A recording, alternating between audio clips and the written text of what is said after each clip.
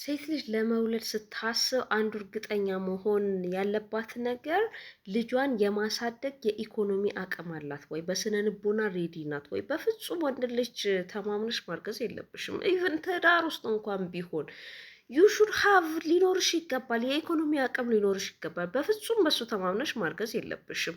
ቢኖረው ራሱ የእሱ ተጨማሪ ነው መሆን ያለበት።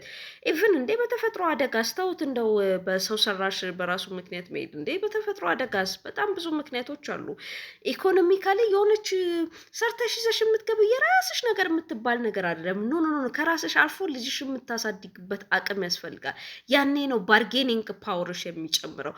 እንኳን ሳይኖርሽ ቆርቶ ኖሮሽ እንኳን በጣም ብዙ ወንድ ማኒፕሌቲቭ ነው። ኖሮሽ እንኳን ራስሽን ማስተዳደር እየቻልሽ እንኳን ማኒፕሌቲቭ ነው። ለምን? ይሄ ከዛ ካስተዳደጉ ጋር የተያያዘ ነገር ነው የሚሆነው። ይሄ ከአንቺ ጋር የተያያዘ ነገር አይደለም። ሶ ያ ማኒፕሌሽኑን ቢያንስ ሚኒማይዝ ታደርጊያለሽ። የራስሽ ኢኮኖሚ ሲኖርሽ ባርጌኒንግ ፓወርሽ ይጨምራል። ስለዚህ ለማርገዝ ስታስቢ እድሜሽ አልፏል አላለፈም፣ እድሜሽ ሬዲ ሆኗል አልሆነም ብቻ አይደለም፣ ኢኮኖሚካሊ አርዩ ሲዩተብል ነው ልጅሽን ለማስተዳደር ከአንቺ አልፈሽ አቅም አለሽ ወይ የሚለውን ነገር ማየት አለብሽ።